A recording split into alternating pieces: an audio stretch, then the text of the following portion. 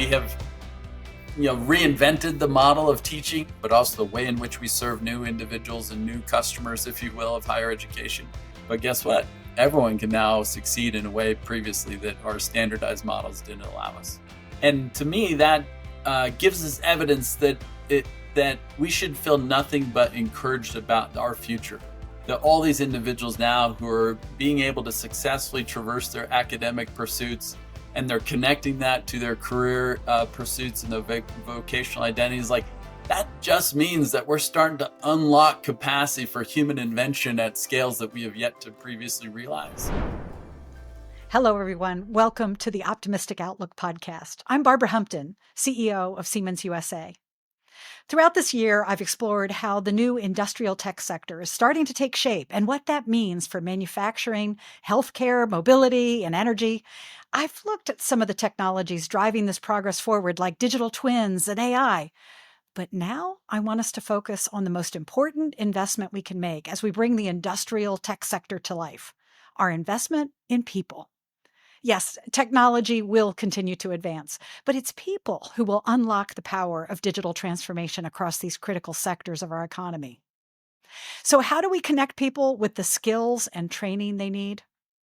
How do we expand pathways to a college degree, which we know can deliver higher earnings over a person's lifetime? More broadly, what does the future of education look like as technologies like AI change how we work? I've invited as my guest Scott Pulsipher, president of Western Governors University, to share with us how his university is thinking innovatively about these questions. As I shared in a previous episode, I recently had the honor of delivering a commencement address at WGU's graduation ceremonies in Seattle, Washington. In this episode, I want to shine the spotlight more on WGU and what it's doing to prepare students for success. Founded in 1997, WGU has been reimagining the traditional classroom and timelines for a degree for almost 3 decades. Today, its educational model is perfectly positioned to meet this moment for rapid change and open the door to everyone, no matter where you are in your career, to pursue lifelong learning. I'll let Scott share more. Take a listen. Scott, it's great to have you on the podcast. Oh, it's great to be here, Barbara. Hey, listen, as we begin, I'd love for our listeners to hear the story behind how WGU was created, and then share with us how it began in your path to becoming its president. WGU actually stands for Western Governors University. That is, in fact, its heritage. It was founded by 19 governors of Western states and territories. These governors, in fact, were pretty visionary at the time, if you will, because it was at the advent of the internet. The work really began in 1996, and in 1997, they incorporated Western Governors University as a private nonprofit entity. And it was really intended to create a new institution that could reach and teach all those residents of their respective states that weren't participating in their existing systems of post-secondary education. And there were 2 probably core things they really focused on. One was, how do we leverage the internet? And if you consider 96, 97 is like the internet was just really at its dawning. How do we leverage that technology and what the internet could do to dramatically expand access? The other core thing they recognize is that it was designed to serve working adults, working learners, individuals who might have a lot of skill and knowledge and experience, but haven't gained in the classroom, but certainly possess that knowledge. And so instead of having a seat time-based model, they focused on a competency-based model, which really means that as soon as you demonstrate mastery in the particular subject matter, you're done with that course and then you can move on.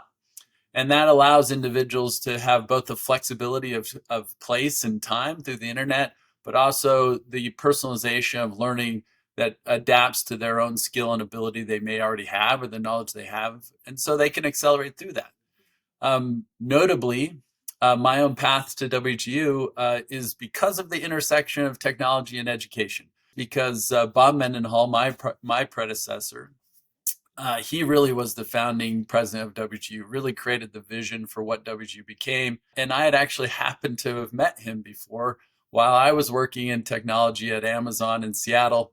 He knew me. He knew that I had already left to actually Seattle to come to Salt Lake City, Utah for another technology startup. But he also knew my persona. He knew that, in fact, I cared a lot about how do we change the lives of others through the products and services and things that we do.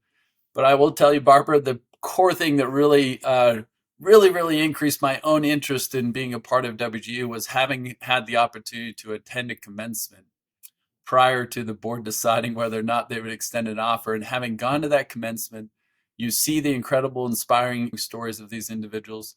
There was this recognition that I walked away with that felt to me like their degrees and the attainment of them, that mattered more to them than mine did to me because of the challenges, the hurdles, everything else that they may have overcome.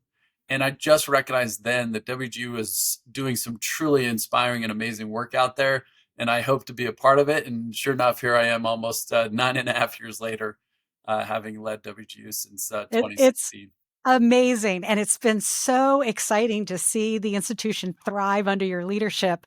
Let's share with the audience too that the mascot is the night owl. Yes. Explain that. We felt it was apropos the types of individuals that are likely pursuing their education with us. They already have really busy lives. They have their jobs, they have family, etc.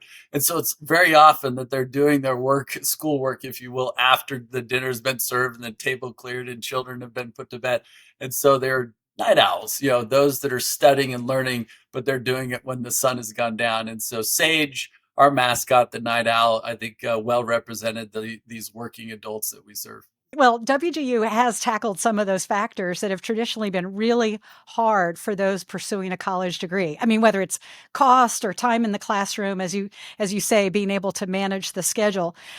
What has been the response to the efforts you've made to reshape how higher education operates? And I think that the response has been incredible from the individuals that we serve. Like, this institution is entirely centered on the individual. We see the students as the primary beneficiary of everything that we do, and they have loved that. Even here in my office, you can see a counter that we have, and it updates every day to, in fact, recognize the number of new degrees that WGU is awarded every day. And that number is well over 400,000 now, just since our first degree in 2000. The employers in the workforce sectors have also received this very highly because we have focused on degrees and pathways, credentials that are relevant to the world of work, that are relevant to the jobs that are needed. And so employers have found that they're able to tap into very ready talent to fill their skills gaps and to address the need that they have. We have reinvented the model of teaching, if you will, because we've disaggregated the faculty model. We don't anchor as much on kind of the research mission that some institutions have. We certainly don't have college athletics and student life stuff, but that's okay.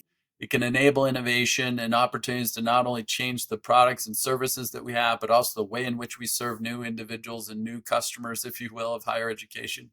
And so that is even now rapidly adapting.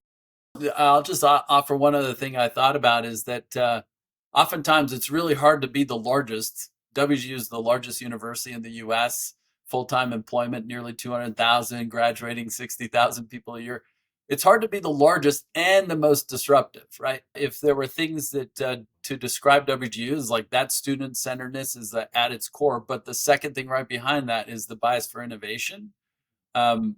That even means that we have to be very comfortable with sloughing all the things that made us differentiated and that got us to this point, because we just can't hold on to the assumption or presumption that that's going to help us be what we need to be in the future. And so we're always thinking about, like, all right, what's the 2.0 version? And then what's the 3.0 version? I think that we are large in our scale of impact, but we're also trying to be as agile and fast in our pace of innovation, because our students that we're serving and the workforce that we're trying to provide skilled talent into, they demand it of us. I loved one thing I learned from even hearing Bezos talk about having previously been at Amazon, that stasis is death. I think that's true. Like, you have to be comfortable to disrupt yourself, maybe even first. And then in doing that, you also disrupt the things around you. And we were talking about it earlier, the idea that online doesn't have to be just a replication of the experience people have in a classroom. You can actually do things differently when you're online. Isn't that really the crux of the technology question? Is like, what does the technology enable you to do differently that you didn't even imagine before? Because if we only use it to replicate that which already exists, it's like we didn't really innovate the way we need to innovate. And so, if you think about the internet or really the digital age, you now have to think about the digitally native kind of experiences you can enable. How do you rethink content in higher education, make it much more rich media driven, or utilize virtual reality? How do you change the nature of the interaction between a faculty member and a student? Like, there's all these things that technology can enable, and we're now seeing how more and more institutions are realizing that that could be a huge contributor to the missions of access and quality and relevancy, and even bending the arc of the cost curve in higher education too. So technology is an incredibly powerful force that now certainly is influencing higher ed as much as it may have been previously impacting other sectors before it. Yeah, I read an op-ed of yours recently. You said the purpose of higher education is to activate talent into opportunity. And I think that mindset is crucial to connecting students with the skills and training that'll make them competitive in the job market. I'm curious about where the private sector can work more closely with educators and help advance this thought.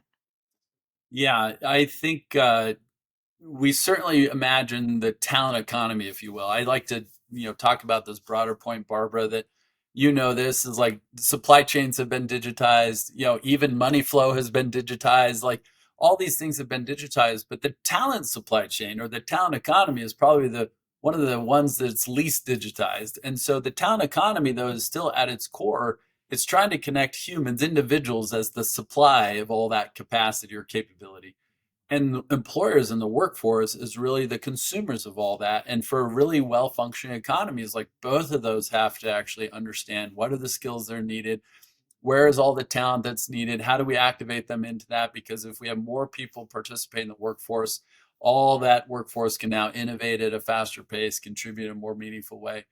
So we've found that workforce, employers representing those workforce sectors that we serve, are vital to thinking about how do we design and develop curriculum, for example. What are the skill sets that are going to be needed, not just now, but in the future of the work?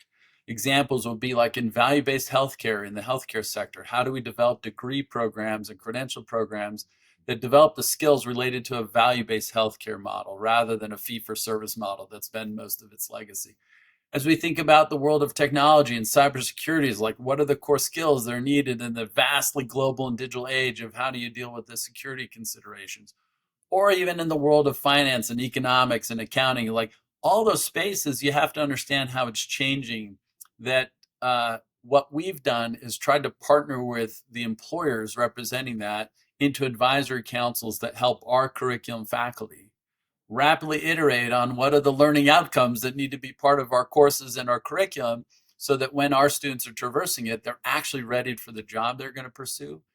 When we do that, we think, in fact, this gap that started widening 2 decades ago between the readiness of college graduates and what's needed in the workforce, that we actually can shrink that gap, that we're increasing the alignment between the ready talent and what the employers in the workforce need. That's a really, really good thing, such that we invite more and more participation of employers in the workforce into learning. And they have to be a contributor to that. It's like building the bridge from both sides, if you will. One of the unique differentiators, Barbara, is that across many of our programs, we embed industry certifications into our assessments of competency because we know those are widely accepted in those industry and recognized by the employers. And so when our graduate can come out with holding that certificate combined with their credential that says, I have mastered and demonstrate competency in what you need, that dramatically increases the confidence in the employers that they're hiring someone that's really capable.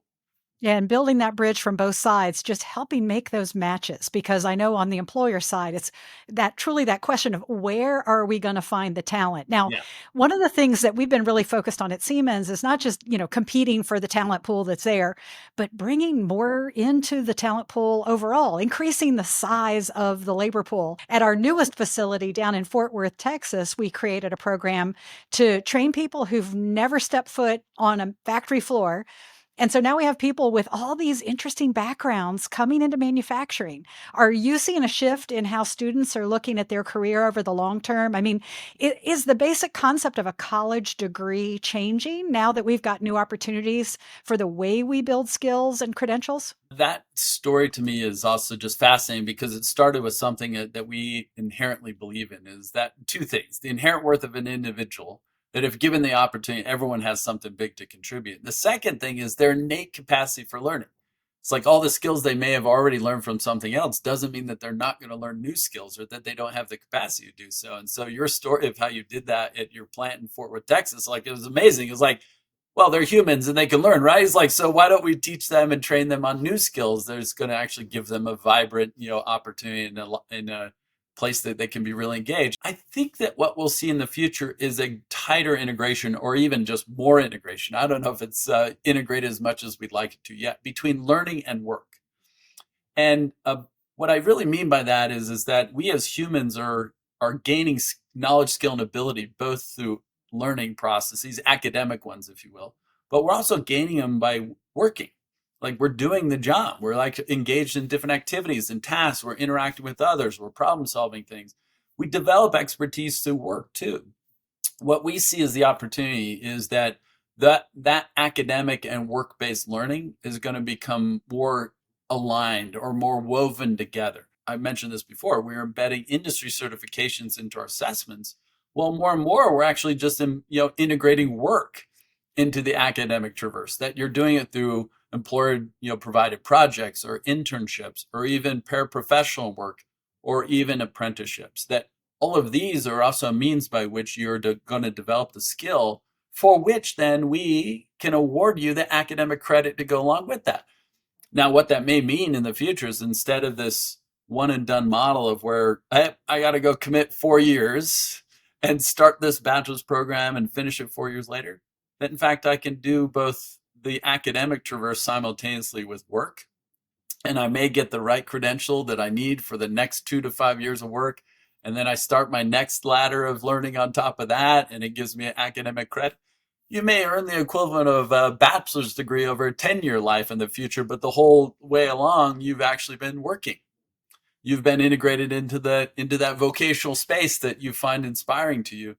And that's very different than saying, oh no, you have to totally full-time immerse yourself in just the academic thing and then hope that what you learned is going to be relevant to your first career job. That vocational development has to happen sooner, not later. And so I think we'll start to see that change the nature of learning, credentialing, the duration of how long one takes to achieve the credentials they have in the past. And that's pretty exciting to think about that innovation.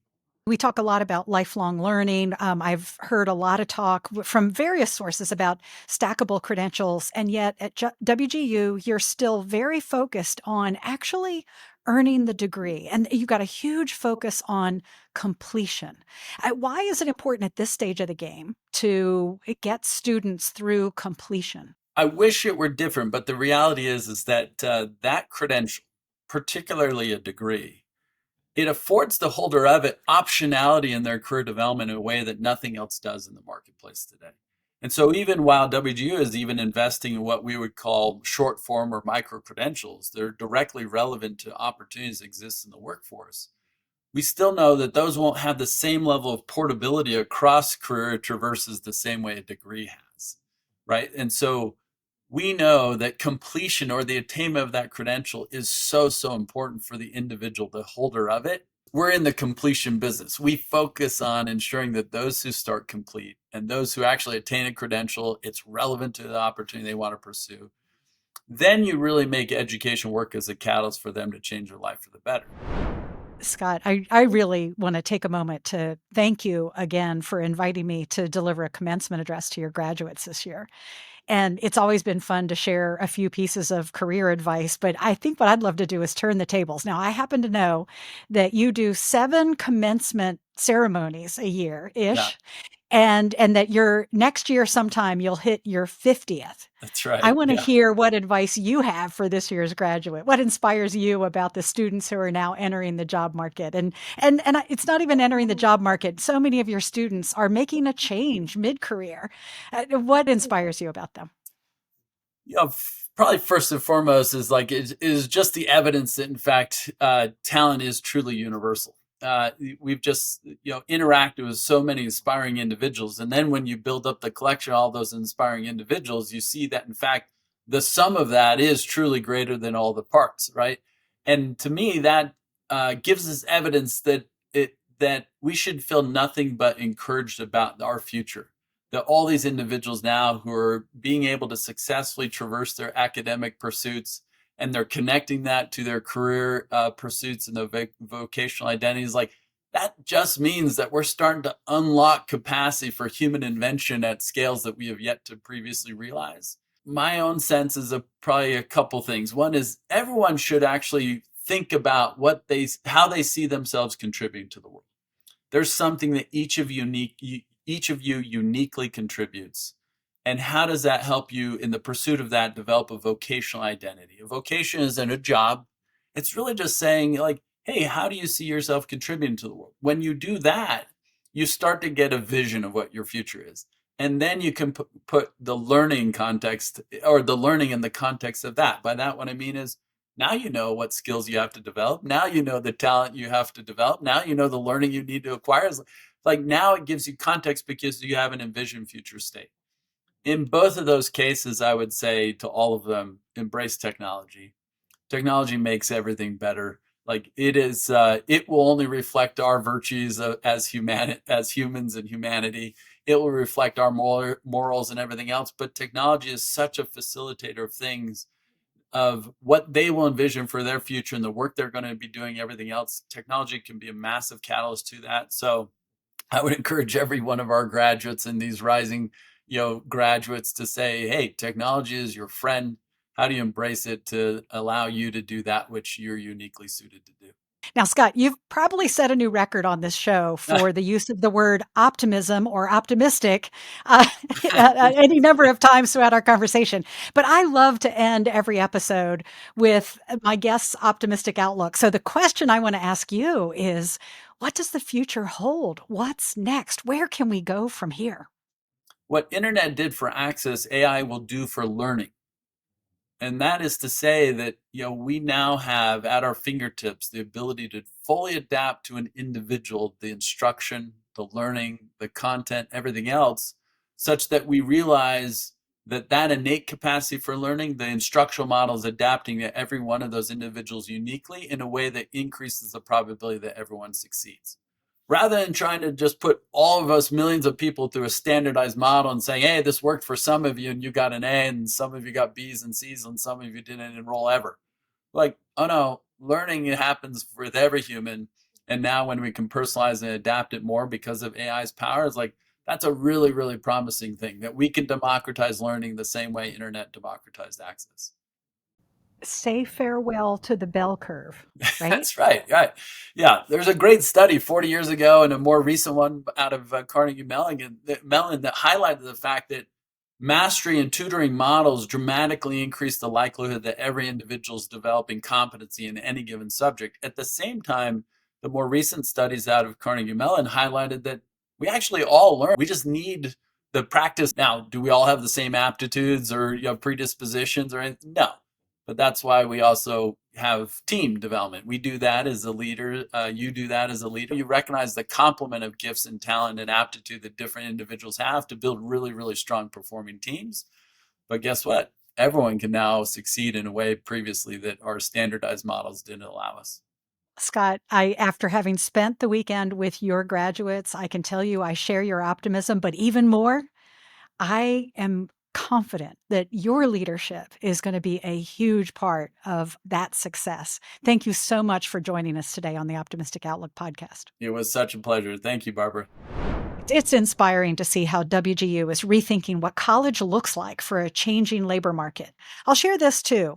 As roles change and new job opportunities emerge, the private sector has an important part to play in this conversation. At Siemens, our thinking on workforce development is this. Our own business needs can be a guide, of course, but there's a real value in drawing more people to industry and infrastructure, whether they end up working for us or not. Our networks with schools, trade associations, and communities can make a positive impact on our economy and society writ large so that no one is left behind. Check out more of our approach to workforce development in the show notes. And as always, please share your feedback on this topic and others in the comments section on LinkedIn. Thanks again for listening. Please follow us on social media and on your favorite podcasting platform. Thank you for tuning in.